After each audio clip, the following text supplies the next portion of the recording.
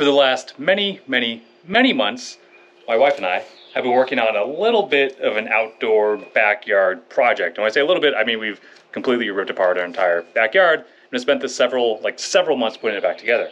As you can tell by my wife diligently applying painter's tape to this piece of wood.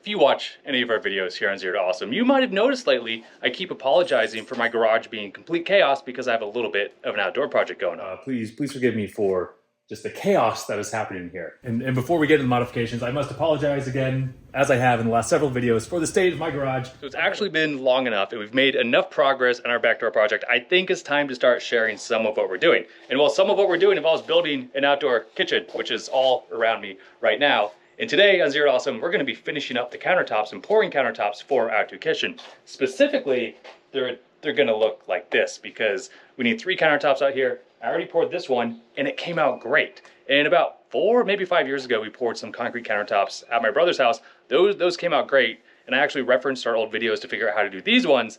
And turns out we made some mistakes. So these countertops are actually better. So today on Zero to Awesome, how to actually pour better concrete countertops. We are doing pour in place concrete countertops, which means we're going to just pour them right here in place. So first thing we need is our forms.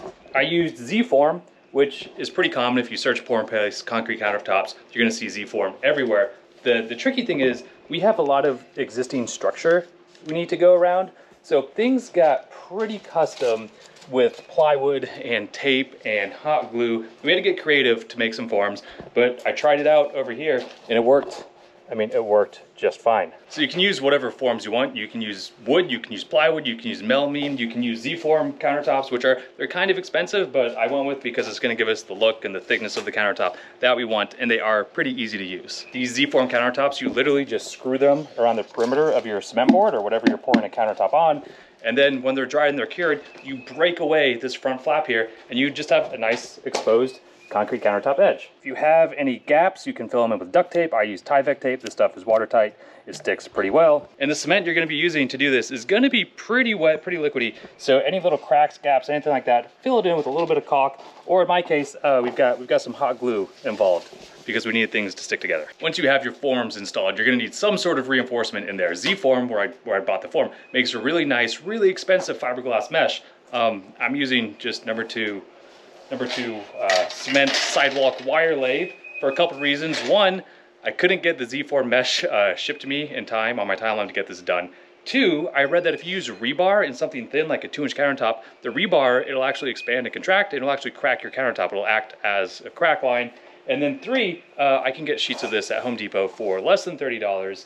And everything I've read is perfectly fine, perfectly rigid. You don't need the fiberglass mesh, which if anything, you have to put it on all these plastic risers and you got the plastic in your countertop. And I don't like it. The number 2 is tried, is true. It's what I'm using. We have our wire mesh all cut out, all laid out. It's about an inch and a half from all the edges. And we're not putting it on any sort of chair or seat or holder. On the other side, worked out just fine. I put half my cement down. I put my wire mesh on top of that. I put my other half of my cement, smoothed everything out. It worked perfectly. No need for little chairs or seats for your reinforcement. So there's all sorts of different things you can make your concrete countertops out of. I've chosen to actually make them out of concrete. And I say concrete rather than mortar mix. So concrete has aggregate, little tiny rocks inside of it. Mortar mix does not. It's smoother, but if you're doing something more than an inch, more than 2 inches thick, you want that aggregate to reinforce it and help it from cracking. So when we did the countertops at my brother's place, I was watching the videos, we used mortar mix. And those are these exact forms, so they're 2 inches thick. So maybe we used the wrong material. That's fine. Specifically, I am using a commercial grade, which just means 5,000 PSI, a higher PSI than normal bag of cement. So you can buy Quikrete countertop mix. It's about 30 bucks per bag. It's got some added polymers in it that are supposed to help it flow a little bit smoother. You can buy Z-form. They make their own bags of cement. They make additives to add bags of cement. There's all sorts of different options. I did a bit of research, and for what we're doing, outdoor countertop, outdoor kitchen, DIY, homeowner done, We're just using the high strength 5,000 PSI bags. It's gonna be perfect for what we're doing. It's not super hot out, so we don't need any additives to make it cure faster, make it cure slower. It's gonna be just fine. Also, if you want your countertops not to just look like regular cement or concrete, you need some sort of dye. And we wanted these to be pretty black. So you can go online, you can buy pigments, you can buy all sorts of different fancy things, or you can just go to Lowe's or Home Depot and buy bottles of this Quikrete dye. It comes in 4 or 5 different colors. If you go to 2 different Home Depots, you can get enough bottles to actually do your entire project, but this stuff is super easy to use. I actually have a batch mixed up right here, and in a second when we start mixing the concrete, we'll talk about the easiest way I found to mix this and make sure your countertop actually comes out with a consistent color. We are just about ready to start mixing concrete and start pouring, but one thing that I learned that you definitely want to do before you do this yourself is have everything ready ahead of time. And the first thing you need to get ready is protect anything you don't want cement on, because this is going to get really messy.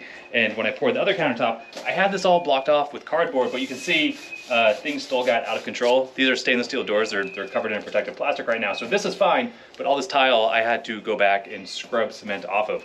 So Demery is actually going around and taping everything off that we don't want cement on this go around. So first thing, get everything ready, get stuff out of the way so you're not tripping and dumping cement everywhere, and protect everything with cardboard, with plastic, whatever you can do, because you think you're clean, you think you're organized. No, it's gonna be messy. Also make sure you have enough materials, make sure you have enough dye, make sure you have more than enough cement. We've got a bunch of bags of this in the garage. Don't worry, we're not doing this with just 2 bags. And make sure all of your tools are ready to go. So we have all of our dye stuff and extra buckets and water and everything set up. We have all of our things that we're going to use to smooth and flatten. And then we have all of our things that we're going to use to make sure we don't have any air bubbles in our form. And everything's set out, it's ready to go. We're not going to be covered in cement, running back and forth, trying to grab tools. We're going to get this done efficiently and quickly, and it's going to look good. So before we start pouring our cement, there's one final step. We need to put a form release on our forms. You can use motor oil, people use diesel, all sorts of things. You can buy form release agents, or you can go into your kitchen and steal the cooking spray that you use. According to the internet, canola oil works just fine. I'm not having to apply it with I don't know, my hands in a rag like some sort of animal. And if you do your project fast enough, your wife will never notice it's missing. We've got our form sprayed down with our release agent, aka cooking oil, and we're gonna start mixing our cement. You can mix it any way you want. You can use a thing on a drill, you can use a shovel, you can use a bucket. Conveniently, we're doing a lot of work back here and I needed a cement mixer for that work. So we have a nice brand new clean cement mixer. So we're not gonna have to worry about other old cement in different colors and stuff like that. Going in with our bag. So I'm actually going to mix up the first bag, and I already have my dye mixed up, but I've been doing this assembly line style. So while this is mixing, we're actually gonna go mix up our next bucket of dye, and I'll show you how I'm mixing up the dye, because we got a really good black color that's consistent through the other countertop we already poured.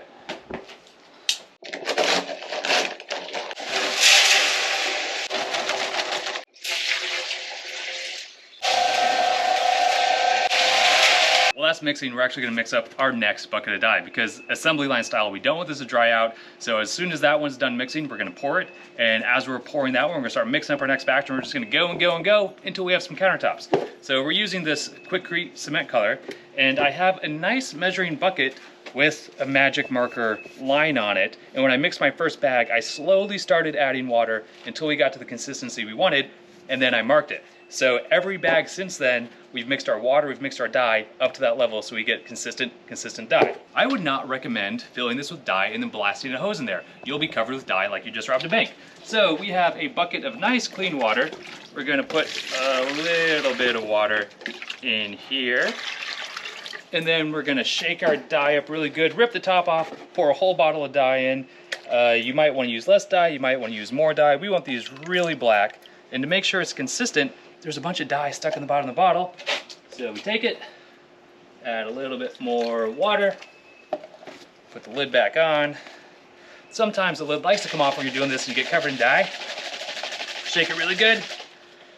Make sure we get all the dye out of there. Oh yeah. Throw that away. And then add water until we are at our line. It may seem a little tedious, a little ridiculous, but I mixed up 7 bags of cement for the other countertop, and like I said, the color came out great. And we're just gonna keep mixing up buckets of dye until we're out of cement and we got some countertops. Cement mixer makes this pretty easy because now just gonna take one bucket at a time, fill in our form.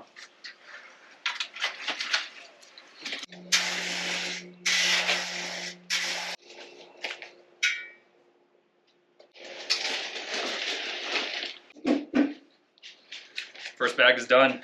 Assembly line continues. We filled our forms up halfway, put our wire in, and now we're going to fill them all the way to the top. And once we get to the top to make it nice and smooth, well, we have a board with a nice smooth edge. So we're just gonna seesaw this back and forth across the top of our nice level forms to get it nice and smooth. And then when it starts drying a little bit, we're gonna take a steel trowel and just smooth it out by hand. Press down real hard to make it nice and flat and smooth, but we'll show that when we get to that point in the process.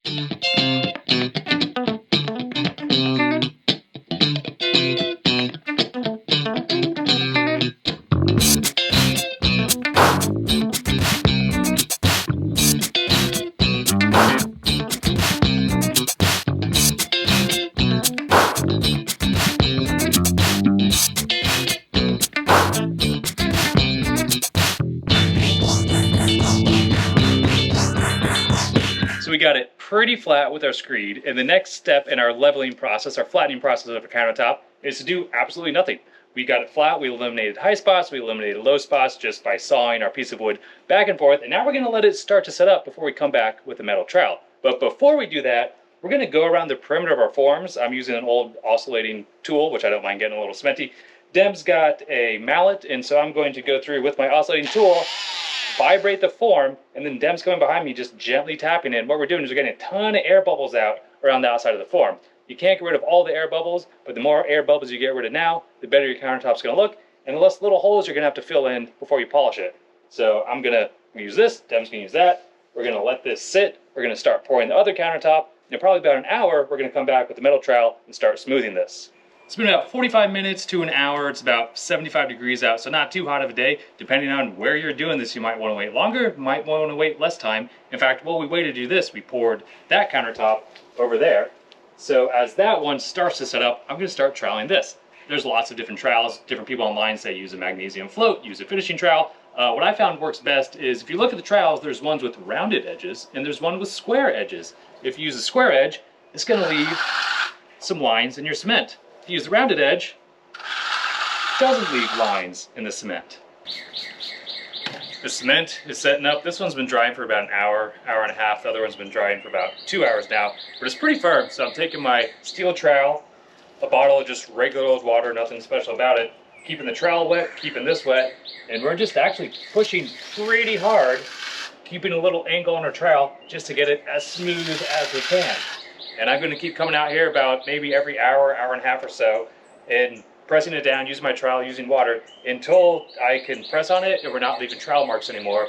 We're going to get it as smooth as we can, and then we're going to let it dry for a couple days, pop our forms off, and move on to the next step of the smoothing process. Until we get to that, I'll just be out here, like I said, every hour, hour and a half, doing this again and again and again until it's dry.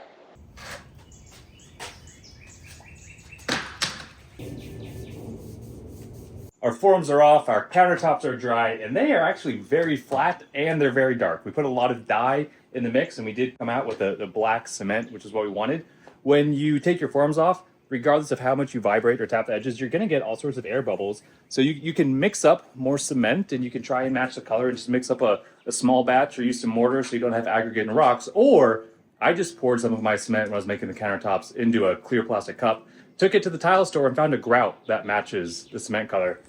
And I just filled in all my little holes with a nice color matching grout. While this is nice and flat and kind of smooth, it's not nice and flat and smooth enough. When we're done with it today, it's gonna look like this. This isn't wet at all. You can tell it's shiny just by being polished.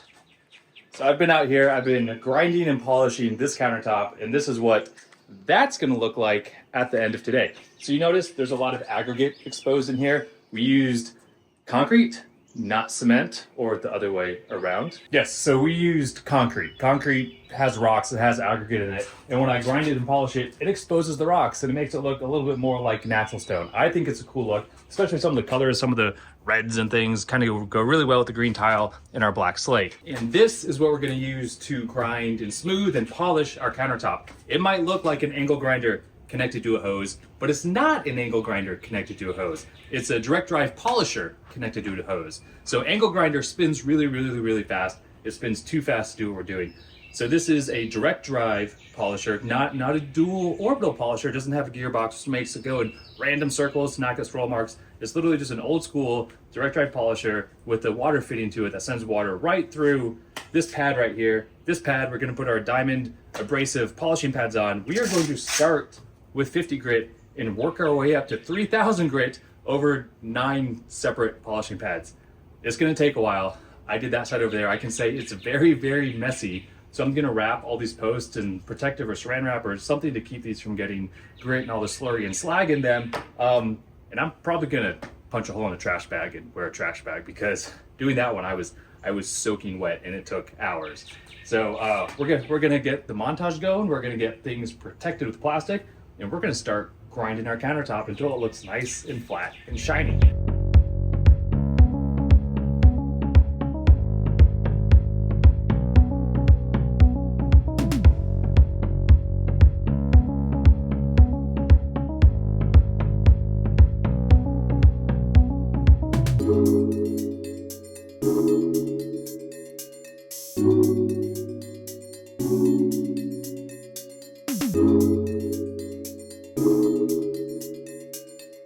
It is the next day, and it's the next day because I spent almost 6 hours yesterday smoothing and flattening and grinding and polishing these two little countertops. It took a while. We started with 50 grit and we went through 9 different steps and worked our way up to 3000 grit.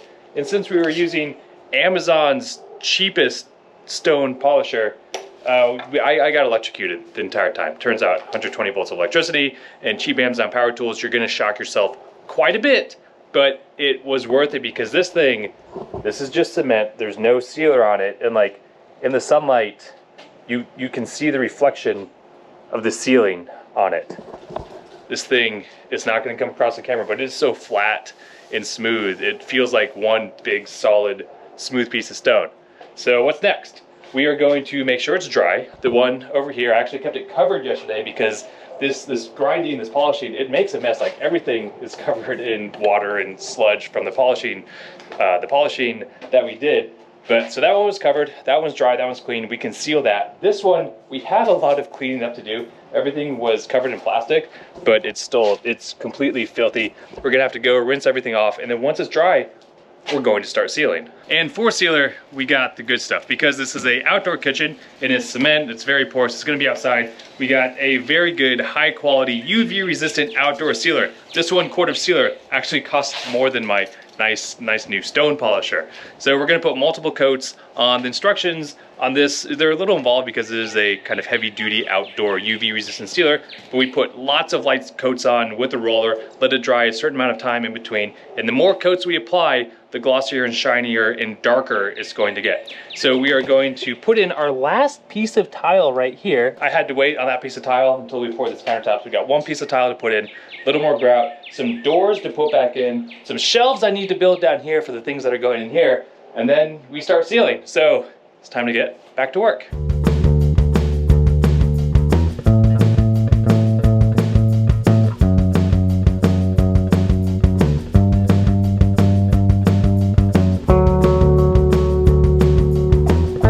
I have been building shelves for things that are going to get stored underneath the outdoor kitchen countertop situation. Also started painting. Any wood that we used is going to be sealed up inside of stuff. It doesn't really need to be painted. I just threw some exterior paint on it just to seal it up. I just don't want exposed wood for whatever reason.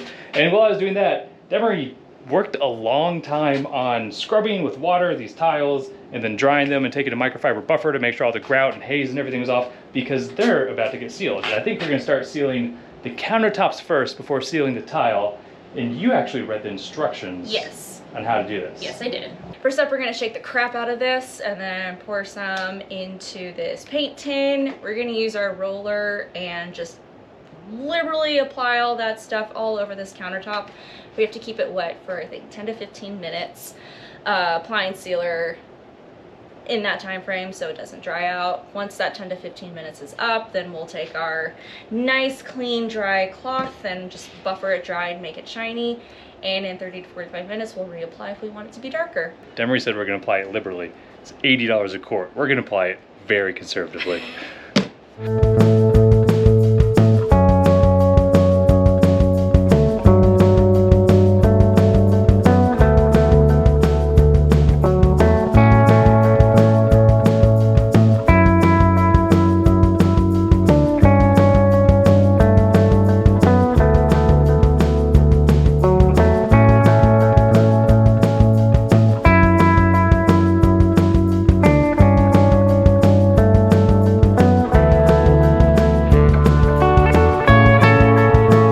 Like that, we have countertops, and as promised, they came out pretty good. So Demery, since you are the responsible party and chief architect of the countertops, you really wanted the outdoor kitchen. How do you think your countertops turned out? A happy accident. What's the accident? Well, we didn't plan on seeing so much aggregates. That is true. So we were grinding these. We dyed the cement black, like you saw, and a lot of aggregate came through. And actually, this one over here shows a lot more of that aggregate. This countertop over here, I poured it about 2 weeks before we did that one, and just had more time to cure. So when we were grinding it, it didn't grind away as much of the actual cement and show as much aggregate. I think this looks pretty good. Thank goodness we did dye them really, really dark black. You can tell it doesn't look like cement. It looks like a bunch of stone. And I do think the color looks really good with the green. Maybe not so much with all the black and all the slate, and I have to finish that. How happy are you with how shiny and sealed and smooth they came out? I am very happy with that. Like, it does not, it might look weird in the camera, it might look cementy in the camera, but these things, they're super smooth. They're like a stone countertop. I'm really surprised with how well they came out. How much do you think we spent on these countertops? Way too much time. No, dollar. Oh. Our time is worth nothing. Our time is of no value. How dollar-wise, what do you think these cost us? Considering when we priced out stone, if we were going to do like granite, it's going to be about $6,000. Were we even considering any granite? I mean, I did get a number of estimates. Oh, whoops. Because of the sizes and because of the shapes, we probably would have had to buy 2 slabs. If they could have done it with 1 slab, which would involve a seam somewhere, it was going to be about $6,000. So 2 slabs, you're same amount of labor, but you're buying more material, so 2 slabs would have been more. But $6,000 was our baseline. We spent much less doing this ourselves out of cement. What's your guess? We're including the cement mixer. No tools. Tools are a perk of doing the job. Just materials and no labor, because our time is worth nothing. $2,000? Really? Wow. Okay. So the forms were $150. The cement, we bought 15 bags. We only used 12. $72. The dye, we only used 12 bottles of dye, even though we bought 15. $120. And then the mesh, the reinforcing mesh, was $50 for 2 sheets. We spent $392. Oh. Right? Oh. So technically we saved like $5,500, which means I get to go buy more tools. No. Yes. No. That is how to make pretty good outdoor countertops by yourself. And we did the outdoor countertops at my brother's house a few years ago.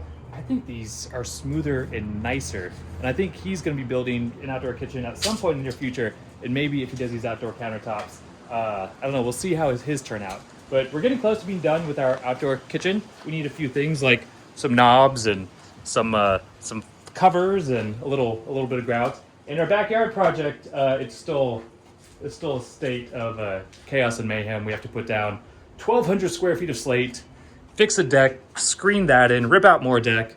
So this thing... Lights. Oh yeah, these lights are in. We have to do lights and trees. Forgot about that. So if you have any suggestions on how to easily install 12 tons of flagstone, please leave a comment below. And I guess we're gonna get back to work because this thing is getting close to being done. And actually, if I put the knobs on, we can cook dinner. We'll actually be able to eat tonight. Also, there is an easier way to install the flagstone. It just is not as cost friendly. It's hiring someone, isn't it? Yeah. I don't know. We'll figure that one out. But yeah, if you want to see the rest of this project, follow, like, subscribe, leave a comment, whatever, and we'll at some point, hopefully soon-ish, we'll have an update on the rest of the backyard. Yes. Let's go get something to grill. Yes. Are you down with the it in a inconspicuous place, or? Am I down with it in a not inconspicuous place? Huh? What did you say? Am I down with No. it in an inconspicuous Do place? you want to keep trying it in a widely viewed place, or? So the instructions say try it in an inconspicuous area, but we didn't get this far being that worried about results. May I point out a number of flaws in our project? Oh, good lord.